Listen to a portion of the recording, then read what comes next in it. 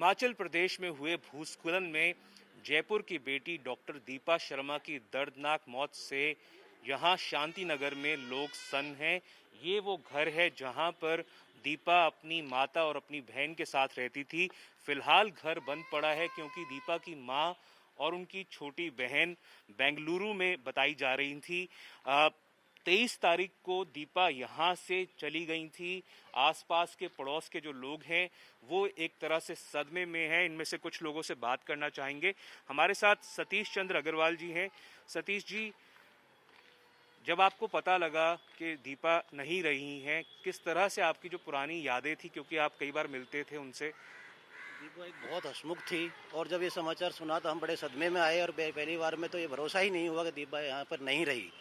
जब ये सुना तो बड़ा दुख हुआ। कॉलोनी वालों को बड़ा दुख है इस बात का, बहुत परेशान भी हैं और अभी इस इंतज़ार में है कि राजी खुशी उनकी डेड बॉडी यहाँ जयपुर पहुँच जाए और हम उसमें शरीक हों, हम उनको अंतिम दर्शन कर सकें उनके, ताकि हमारी मन को थोड़ी सी शांति मिल सके उस बात से। बाकी दीपा बहुत अच्छी थी, बहुत अच्छी डॉक्टर थी, पंचशील में वो अच्छी विद्वान थी। केवीसी में उसने 6,40,000 रुपये का एक प्राइड भी जीता।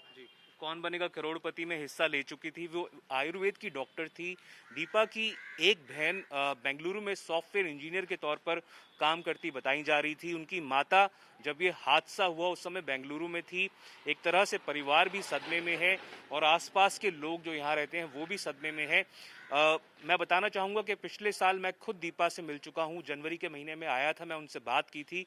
काफ़ी हंसमुख लड़की थी। उनके पड़ोस में, सर आपका क्या नाम है? आपकी जी जी का दीपा जी काफ़ी अच्छे स्वभाव की लड़की थी और उनको काफ़ी अच्छा देखते थे। हम पड़ोस में काफ़ी दिनों से रह रहे हैं। उनको क्या है, कैमरे से डेली बर्ड पक्षियों का शूट करना और भी अच्छे अच्छे मौसम का वो शूट करना हम देखते थे अपनी छत से। बहुत अच्छा, कभी जो मिलते थे तो बात भी होती थी। परसों 22 तारीख के दिन वो गाड़ी रखवा के गई थी अंदर अपनी। 23 तारीख को मालूम नहीं कब निकल गई। कल जब ये उनकी खबर सुनी मौत की तो एकदम सदमा सा लगा और हम भी चाहते हैं कि उनकी डेड बॉडी जयपुर आए तो उनके अंतिम संस्कार में शामिल हों। और सर थोड़ा सा आप आगे आ जाएं। आप दीपा को अच्छे से जानते थे। आप बता रहे थे कि 23 तारीख को यहाँ से गई थी। परिवार में कौन कौन था? हम तो बहुत अच्छे से जानते थे। उनके बड़े भाई हैं, वो महाराष्ट्र में जॉब करते हैं, कहीं इंजीनियर हैं पावर ग्रिड में। छोटी बहन है, वो बेंगलोर में सॉफ्टवेयर इंजीनियर हैं। उनकी माता जी भी शिक्षा विभाग से रिटायर हैं।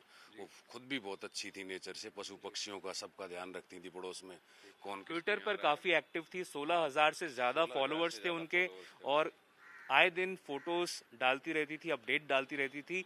और अपनी दर्दनाक दुखद मौत के चंद घंटों पहले भी दीपा ने अपनी फोटोज डाली थी।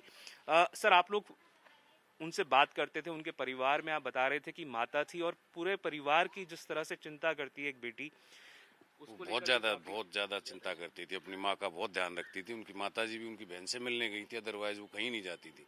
माँ बेटी दोनों ही हमेशा, वो कभी घर से भी निकलती थी तो दोनों माँ बेटी साथ में ही निकलती थी। कभी भी वो अकेली भी नहीं जाती थी कहीं। पूरा लॉकडाउन पिछले 1-1.5 साल से वो लोग कहीं नहीं जाते थे। वो तो कभी जाती थी। कोरोना में भी उन्होंने आम लोगों को बहुत जागरूक किया, बहुत ध्यान रखा। अड़ोसी पड़ोसियों को उन्होंने जागरूक करने की कोशिश की। हमेशा कोई वीडियो वगैरह डालती रहती थी कि चाहे कोरोना से बचाव रहे और हमें भी उन्होंने हमेशा अप्रिशिएट किया इस बात की। तो सोशल मीडिया पे काफ़ी एक्टिव थी। लोगों की मदद करना कोरोना काल में ये उनका एक ध्येय बना हुआ था। और जिस तरह से उनकी मौत हुई है उससे न केवल श्याम नगर में पर पूरे जयपुर में एक तरह से गमगीन और सदमे का माहौल है। कैमरा पर्सन निखिल शर्मा के साथ मैं देवंकुर वधावन, जयपुर।